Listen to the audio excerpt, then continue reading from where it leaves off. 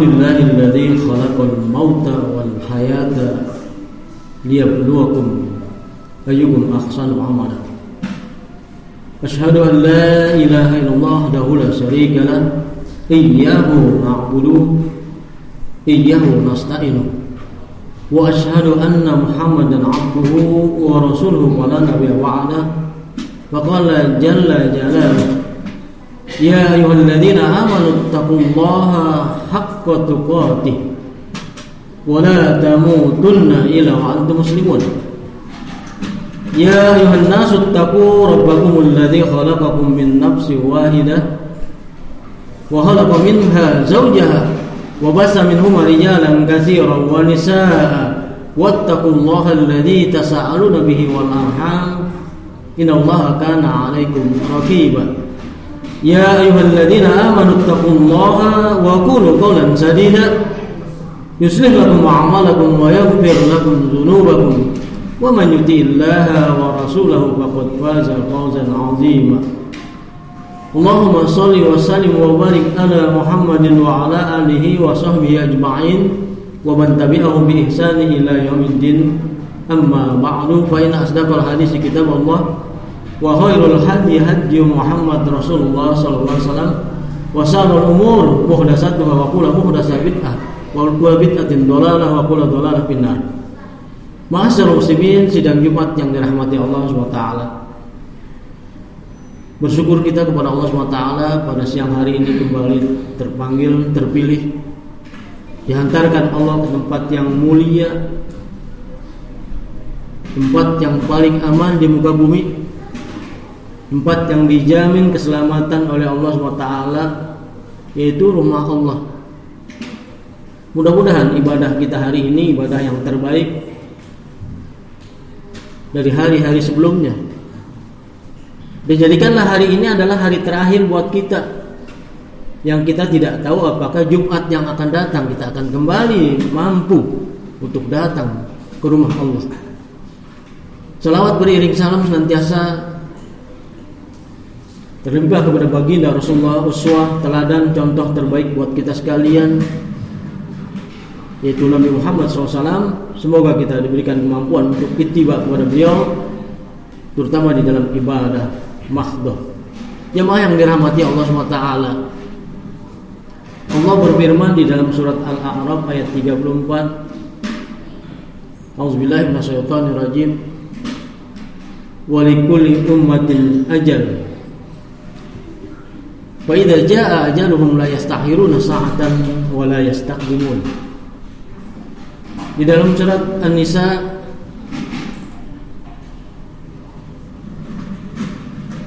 ayat 78, A'udzubillahi minasyaitonir rajim, aina ma takunu yudrikumul maut walau kuntum fi burujim musayyadah.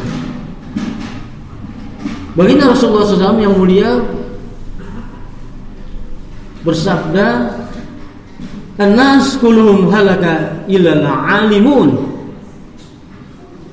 al-alimuna kulluhum halaka illa al-amilun,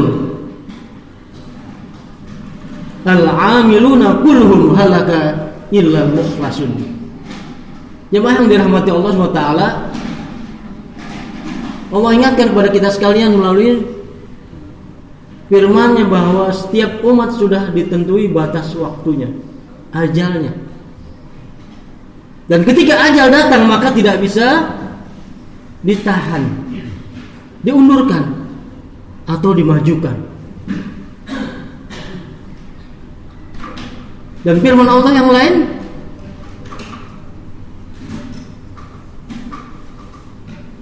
di mana kalian berada, di mana saja kalian berada, kematian akan mendapati kamu, sekalipun kamu di dalam benteng yang sangat kokoh, lagi tinggi. Dan barangkali kita sering sekali mendengar tausiah, taujihat, nasihat dari para alim ulama, dari para guru, para ustadz, bahwa kalimat tersebut nampaknya sudah bagian dari fenomena kehidupan kita sehari-hari. A'udzubillahi minasyaitonir rajim, kullu nafsin dha'iqatul maut. Setiap yang berjiwa pasti akan mengalami proses kematian. Jemaah yang dirahmati Allah SWT, asbab atau proses kematian itu ada dua. Yang pertama adalah karena sakit fisik, tubuh badan. Ini bisa menyebabkan kematian. Umpamanya ginjal kita rusak, jantung, hati, dan lain sebagainya. Ini asbab. Tetapi tidak sedikit juga yang fisiknya sehat, jasmaninya sehat, tapi rohaninya tidak. Maka dalam kondisi bugar, dalam keadaan normal, sehat, bahkan orang terpandang begitu mudah mati karena depresi, karena tidak mampu menghadapi situasi yang dia alami. Entah dia bangkrut, terlibat hutang, ataupun mungkin dia seorang laki-laki yang belum juga memiliki istri, atau kebalikannya, sehingga dia putus asa dan akhirnya bunuh diri. Secara fisik mereka sehat, normal. Bahkan tidak jarang yang fisiknya sehat mendadak mati. Kenapa? Karena musibah. Jemaah yang dirahmati Allah SWT. Jadi kematian di negeri kita ini beragam sekali. Bahkan kita tahu berdasarkan kedokteran, ada kehidupan yang belum sempurna, artinya masih hidup di dalam cairan, di dalam perut ibu kita. Ketika berumur 1 bulan kandungan, diambil Allah, itu hak Allah. Kematian menjemput. Kenapa? Karena setiap umat sudah ditentukan ajalnya. Dia hanya 1 bulan hidup di dalam rahim ibu, di dalam perut, di dalam air. Ada yang 2 bulan, 3 bulan, bahkan ada yang cukup sampai 9 bulan dia udah menghadapi kematian. Makanya kata Allah, "Ainama takunu yudrikumul maut." Di mana saja kalian berada, ini masih di alam rahim. Dan ketika kita berada di dunia, begitu lahir kita meninggal. Ini kita tidak kaget, banyak sekali. Artinya ini biasa. Dan bahkan yang lebih biadab adalah ketika janin itu aslinya dia itu masih hidup, dipaksa untuk mati, dibunuh, digugurkan. Ini tidak sedikit di negeri kita ini. Sampai-sampai Allah bertanya di dalam Al-Quran, sebab dosa apa bayi-bayi itu kalian bunuh? Bi'ayyi dzambin qutilat. Bayi-bayi tidak berdosa itu kalian bunuh. Jemaah yang dirahmati Allah SWT, ketika kita lahir kemudian tidak sedikit yang diwafatkan oleh Allah SWT. Ada yang baru 1 hari, 1 jam, 1 hari, 1 minggu, 1 bulan, umur 1 tahun diambil oleh Allah. Itu hak Allah. Dan kita tidak bisa menolak. Kita hanya dititipi oleh Allah SWT.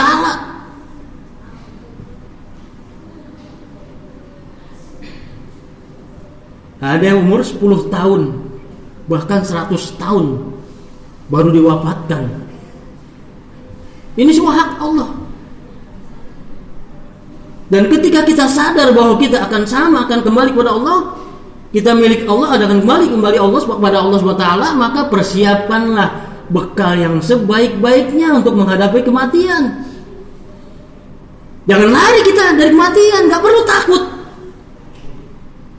Allah ingatkan, auzubillahi minasyaitonir rajim, qul innal mautal ladzi tafirruna minhu fa innahu mulaqikum. Katakanlah, kematian yang kamu khawatiri, yang kamu takuti, yang kamu lari daripadanya, justru itulah proses mempercepat kematian. Jemaah sidang Jumat yang dirahmati Allah SWT, hampir setiap hari kita mendengar berita duka tentang kematian, dan beragam prosesnya. Tidak sedikit yang mendadak Allah ambil. Sekali Allah wafatkan 1.000, 2.000, bagi Allah begitu mudah. Disapu melalui tsunami, gempa, dan lain sebagainya. Dan ini hal yang wajar. dan melalui proses sakit. Bahkan tidak jarang di antara tetangga kita ada yang sudah bertahun-tahun sakit, dibawa ke rumah sakit, kemudian segar kembali, pulih kembali, sehat lagi. Sementara yang sehat, yang gagah, mendadak mati. Ini rahasia semua. Ini sudah ketetapan Allah. Dan itu biasa di negeri kita. Tapi juga banyak kematian yang dipaksa oleh orang yang hidup, baik melalui pengguguran maupun pembunuhan. Dan di negeri kita ini masalah pembunuhan ini begitu hebat. Hampir setiap saat kita dengar berita tentang pembunuhan. Dan nampaknya nyawa di negeri kita ini begitu murah. Tidak seperti di Eropa. Ada satu korban itu negara campur tangan. Ketika ada warganya yang terbunuh, langsung. Kita masih ingat beberapa waktu yang lalu, seorang negro dibunuh oleh polisi, seluruhnya turun tangan, protes semuanya. Akhir sampai terjadi penjarahan. Mereka begitu menghargai jiwa. Tapi kita setiap hari yang dibunuh preman, yang dirampok.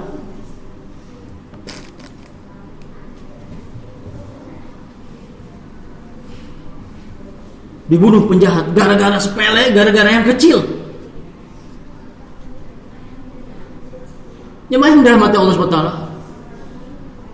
memang Allah katakan kullu nafsin dha'iqatul maut, inna lillahi wa inna ilaihi rajiun. Kita ini milik Allah dan akan kembali kepada Allah SWT. Maka sebaiknya kita persiapkan kematian yang pasti akan datang kepada kita sekalian. Tidak ada yang jago, tidak ada yang hebat. Dokter spesialis ginjal mati, dokter jantung mati, dokter kanker mati juga, kena kanker. Walhasil kematian itu pasti akan datang kepada kita sekalian. Namun alangkah baiknya ketika kita tahu bahwa kita akan mati, kita persiapkan bekal. Alangkah indahnya kalau kita mati dalam keadaan membela agama kita, membela Islam, membela Allah, membela Rasulullah, membela kaum muslimin,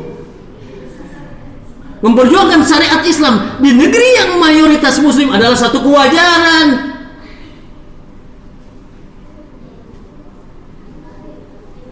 Dan kita tahu prediksi baginda Rasulullah SAW. Kita hidup di abad, kita hidup di tahun-tahun yang penuh kezaliman,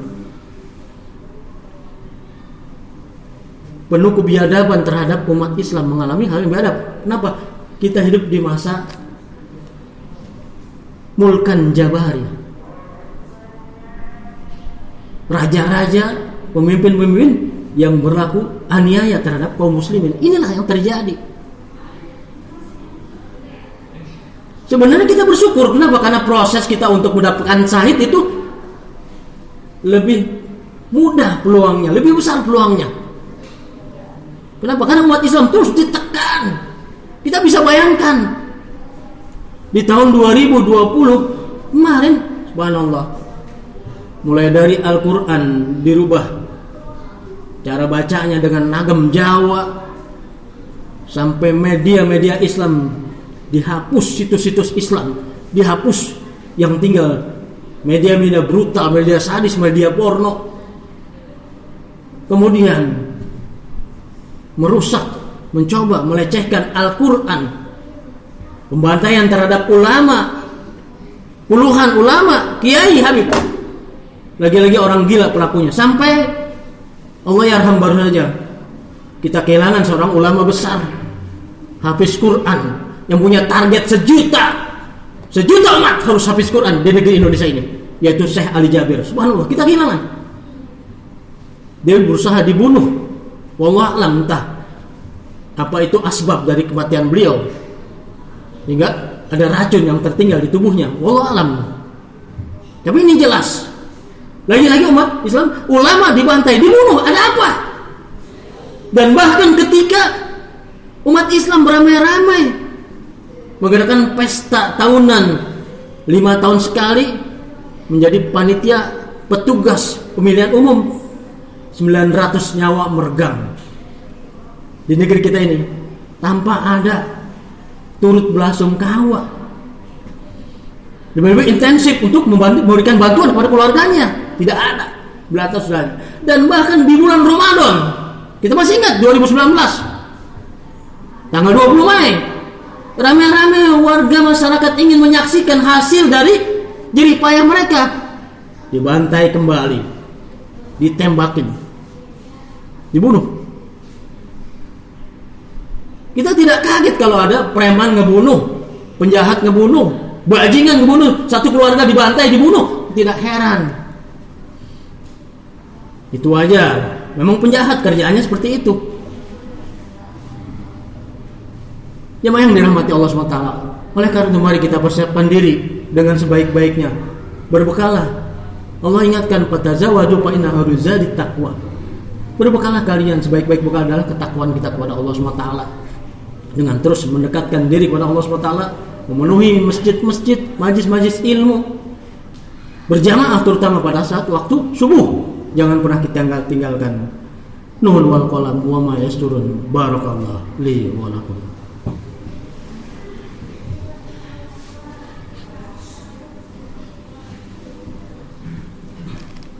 Innal hamdalillah nahmaduhu wa nasta'inuhu wa nastahdihi wa na'udzu billahi min shururi anfusina wa min sayyiati a'malina may yahdihillahu fala mudilla lahu wa man yudlil fala hadiya lahu.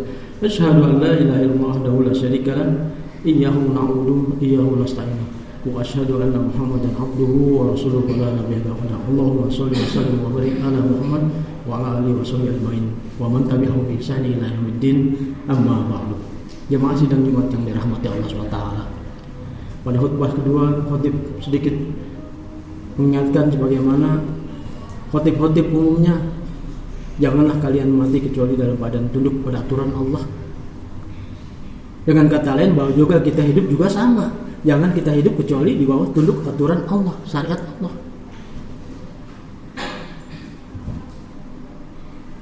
Pada bagian akhir khutbah ini, sekali lagi saya ingatkan bahwa di negeri kita ini, ketika mendengar berita kematian karena oleh penjahat, preman, bajingan, perampok, itu hal-hal wajar. Tapi sebaliknya, ketika kita ada masalah, rumah kita dirampok, istri kita diperkosa, anak-anak kita diperkosa, kita laporkan kepada yang berwajib. Kita minta bantuan. Bahkan di spanduk-spanduk tertulis, kalau ada narkoba laporkan, ada ini laporkan, ada kejahatan laporkan kepada yang berwajib, yaitu polisi. Tapi 2020 adalah tahun yang sangat istimewa. Bukan berarti tahun-tahun sebelumnya tidak ada. Kalau dibantai preman, dibunuh bajingan, penjahat, atau geng, kelompok-kelompok.